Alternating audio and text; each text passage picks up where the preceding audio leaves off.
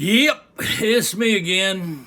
Dean from Dean's Space. You know that place I spend a whole lot of my time. Well, tonight is another cooking adventure, something I haven't done. Tonight I am making meatloaves. I'm gonna make 4 meatloaves, mini meatloaves, because my brand spanking new stove has gone out on me. I'm gonna be doing them in an air fryer. In a few minutes, I'm gonna turn my air fryer on and I'll set it for 350 degrees to cook for about 20 minutes. Then we're going to see where it goes from there. But right now, we're not turning it on because it only takes about 15 minutes.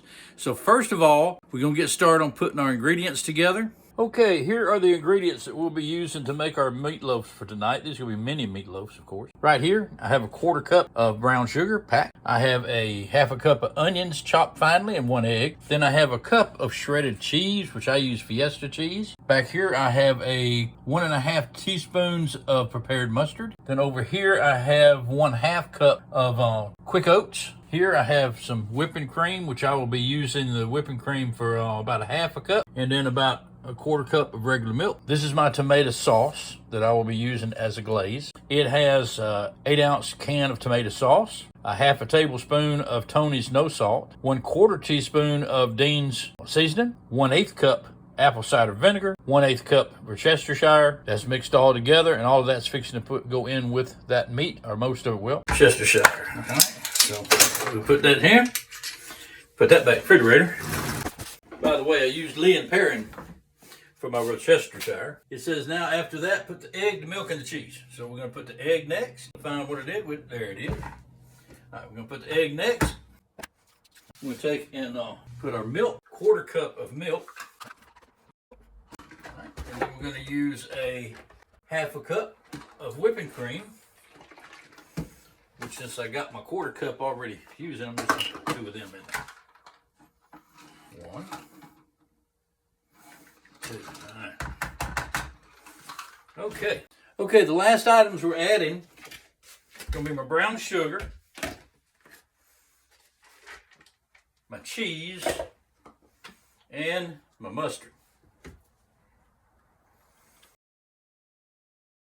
As you can see, my meat mixture is really thin. Okay, in fact, it's a little bit too thin to hold up when I put it in the oven. So I'm going to add another 1/2 cup of oatmeal to it. Okay, I'm going to come right here. We'll get another 1/2 cup because I need it kind of thick. Because if I was doing it in a loaf pan, that would be plenty. But I'm not doing it in a loaf pan. So I've got to have this to where it kind of stand up on its own. Yeah, that's looking better. Okay, because what I'm going to do here, and we're going to make 4 nice size meatloaves. Now we may come up with 5, but we're going to start off making 4. Okay, this is going to be 1, 2, 3, 4. We're going to set air fry 350 degrees, and our timer will be set at 20 minutes. About 15 minutes for preheat. You would see it telling me to add my food right here. The cook time will be 30 minutes. So we're going to take and add our food. We're going to put 1 on the bottom and 1 on the top. Okay, and I sprayed my bottom tray so that the drips and stuff wouldn't stick so bad. All right, now it's back in and it's cooking again. My glazing sauce is going to go on top of the meatloaves. I used my Ninja food processor chopper to chop the onions up real fine. Okay, and so I went ahead in that. I've added 2 tablespoons of brown sugar, and I've also added me 1 stalk of celery. Now you can also use celery seed, but you got to mash them. Okay, you're gonna have to crush them up, all right, to get the flavor out of them like you want. All right, so now we have some of the other remaining ingredients. We're going to use a teaspoon with 1 teaspoon of grapeseed oil.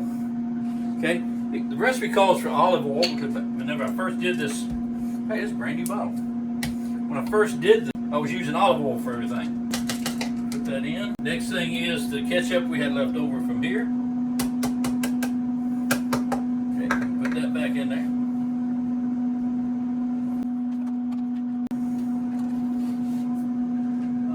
Brown sugar. We need 2 tablespoons of lemon juice. I got 2 tablespoons of lemon juice.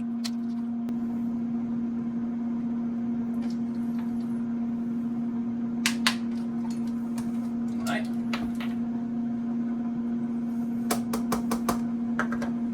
And then we've got 2 tablespoons more of Worcestershire. Alright. Did call for a 1/4 cup of water. Alright, so that's all our added stuff. Alright, so we're going to put our top back on it. And we're going to make sure it's well.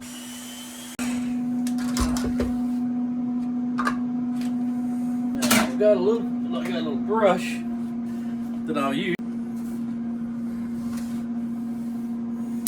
Alright, so we're going to take the lid off.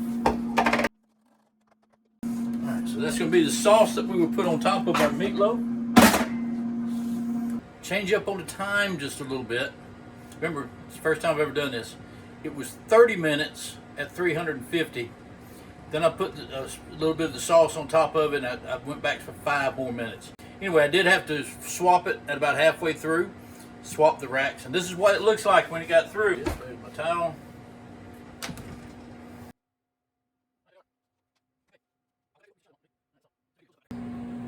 Yep, that's what they look like up close. Yes, indeedy. Looking good. All right.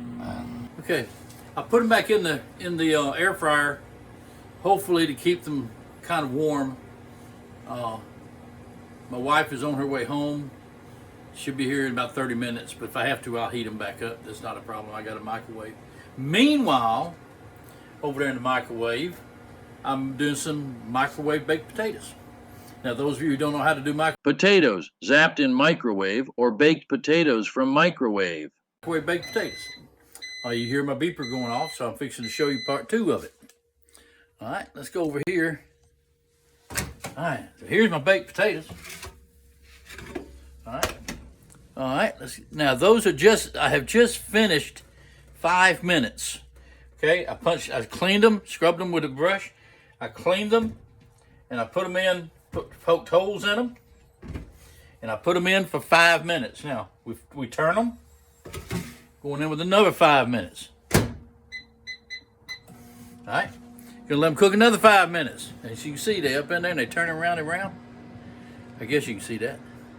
So anyway, I also intend to fix some buttercorn. Now, those of you who don't know what buttercorn is, that is whole kernel corn with butter.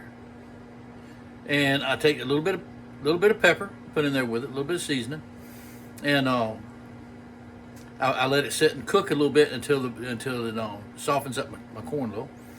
But that's buttered corn, so it's canned corn, not whole corn.